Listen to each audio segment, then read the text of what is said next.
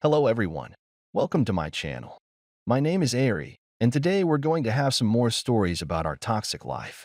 But before we start, it would be so much appreciated if you would subscribe to my channel, like the video, if you enjoy it, and maybe leave a comment down below. These simple clicks would mean a lot to the future of this channel and really reward the effort that I put in every day. And now without further ado, let's go. Today's first story. In this story, OP unveils a relationship that started hastily due to a false pregnancy scare, leading to him at 23, allowing his 22-year-old girlfriend to move in after dating for 6 months.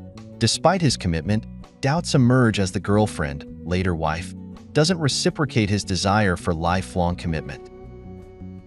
3 years into marriage, the relationship shatters upon discovering her affair with a close friend. The marriage ends in divorce, and she has a child with the friend who then abandons her, leaving him with feelings of deep betrayal and disappointment. Now let's get into the story. I was 23 when I let my wife, 22 female, move in with me. We were only dating for 6 months when she told me she was pregnant, so I immediately started preparing to become a family. I let her move in and convinced myself to be ready because this was a consequence of my actions. Well, it turned out she wasn't pregnant, but she was already added to my lease. I thought about how silly it would be for me to ask her to move back out, just because it was too early in the relationship to live together. It was already happening, and I loved her at the time. I was nervous, though. Something told me I needed to stay on my toes and take extra care not to get her pregnant. I had conversations with her where I said I hoped to be married someday and wanted to be sure I could spend the rest of my life committed to her. I was expecting her to say something similar back to me, but instead she just agreed happily, like what I said was romantic, but she didn't understand the weight of it. I continued living with her and loving her, growing closer and closer to her, even though she never really told me she was looking to commit herself to someone for the rest of her life. I just figured that's what people did. They dated or lived together until they decided to get married. Because no one else could be a better match, after living together for 3 years, we got married. My wife didn't have any friends of her own, so she got to know mine over the years. I didn't mind because she was a very caring girl who deserved to have friends. She also became really good friends with Andrew's sister Jenny. They started going out together, and it was a huge relief for my wife. With girl time ticked off her list of needs, she had more love and energy to give me. Ironically, it was right around this time that I started to have faith in our marriage. One day, I had 2 of my friends over to play cards while my wife was out with Jenny. Andrew couldn't make it for game night because he had a college class to go to. 2 hours into the evening, I still hadn't heard anything from my wife. She usually sent me a text to let me know how things were going. I was about to text Jenny to ask her how things were going, but she texted me first. She said she had something important to tell me and wanted to know when was a good time to call. I was confused and worried, so I called her. The first truth was that my wife never planned to meet with Jenny that night. The second truth was that Jenny got home and accidentally heard Andrew and my wife having intimate in his room. She didn't know it was my wife until she saw her sneak out of the house minutes prior. Just then, while I was still on the phone with Jenny, my wife walked in the house.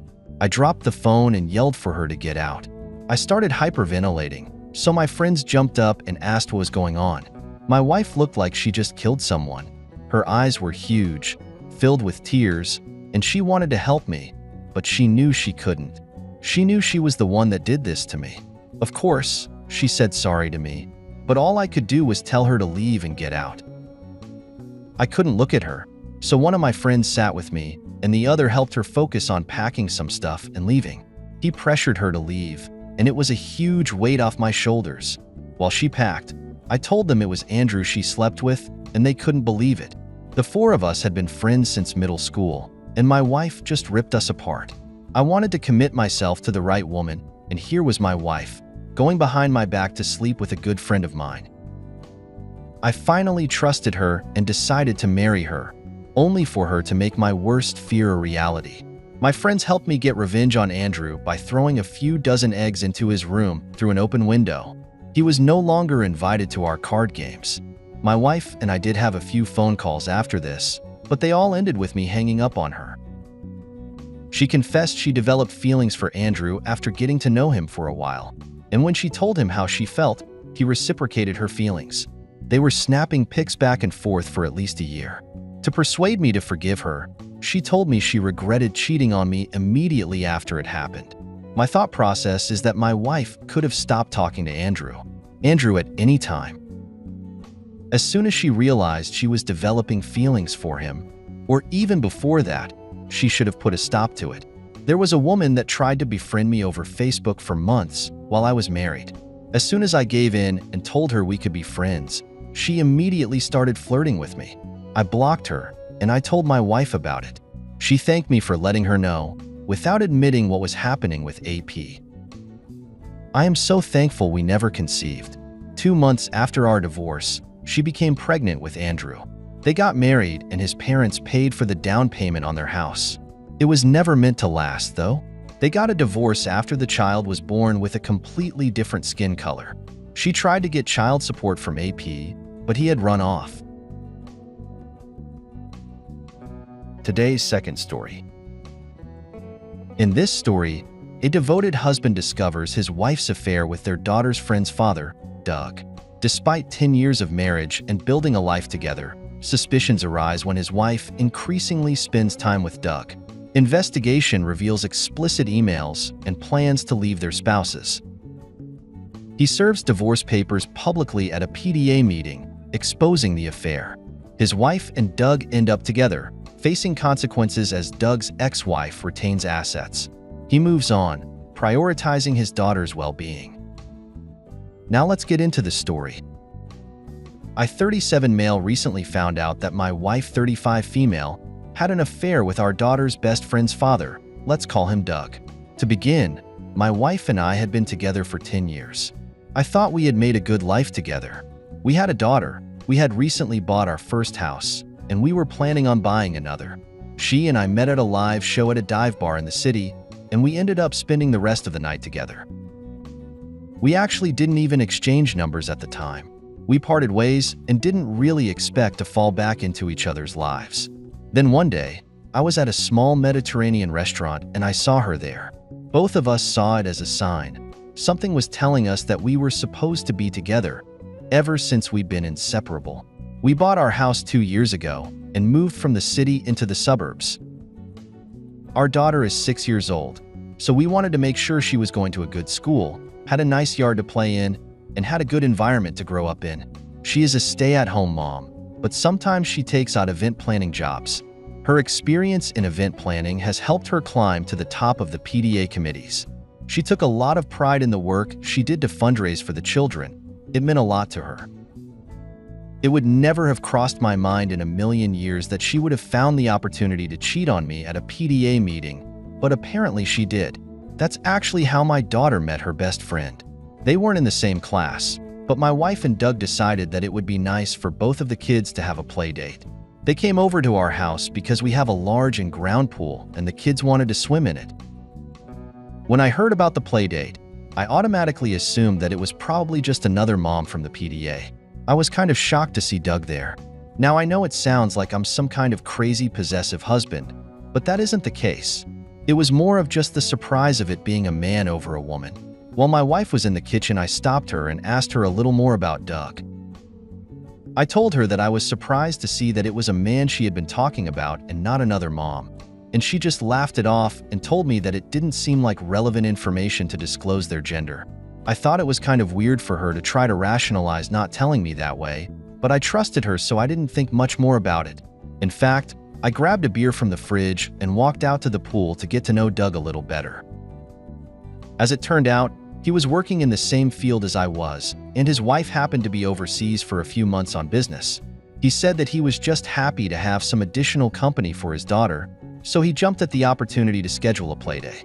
He wasn't even normally involved in the PTA, he was just picking up some of the slack from his wife while she was away. He seemed like a decent enough guy, and knowing that he was married eased some of the concerns I had about him spending time with my wife. Maybe it was just because I was naive or too trusting, but I thought that if I was married and wouldn't give the time of day to another woman, he would probably be the same way.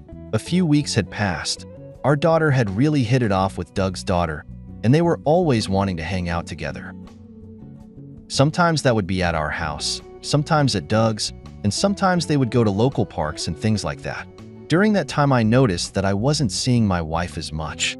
She was always either busy with some kind of PTA commitment or taking our daughter to hang out with her new best friend. It was a hard thing to complain about because our daughter was so happy to have a friend. However, during the times that they were both home, my wife was distant. She avoided being in the same room as me. She would either go to bed an hour before me, or she wouldn't show up until she thought I was asleep. Because of that, one night, I pretended to go to sleep and I waited for her to show up. When she finally did, I surprised her with all of my concerns. I didn't even bring up anything in an accusatory way. I was simply asking her if there was something wrong in our marriage so we could find a way to fix it. When I brought up completely nonchalantly that it seemed like she spent more time with Doug than she did with me, she deflected and told me that she would spend less time with him. But she told me that I had to tell her daughter why she wasn't able to see her friend anymore. Then she went on a rant about how much it would hurt her. I was very annoyed with how she was trying to make me seem like a bad guy just for wanting to spend time with my family, so I just left. I went into my office to get some work done, but as I was there, I replayed the conversation in my head, and in hindsight, there was something very off about it. You would think that just asking someone to spend time with their family wouldn't result in a huge argument, but when I mentioned Doug, she just got defensive. I let my curiosity get the better of me and I logged into her email. We have an open password policy, so she knew all of my passwords and I knew all of hers. Because of that, we also know our account usernames and information like that. Her email was pretty much clean. The only thing I noticed was a security alert for another email account. You know, like the ones that you get when you have a backup email associated with another account. This told me that she had another email account I knew nothing about. At first, I thought it might have been a PTA email, but when I looked through the other messages, it seemed like she was doing her PTA business through her personal account. I couldn't think of a reason she would have another email account. Fortunately for me, because she had her main email as her backup, I was able to change the password on the new one and log in. Right away, I knew I was right to check. There weren't many emails, but there was a chain between her and Doug where they were having very explicit conversations with each other.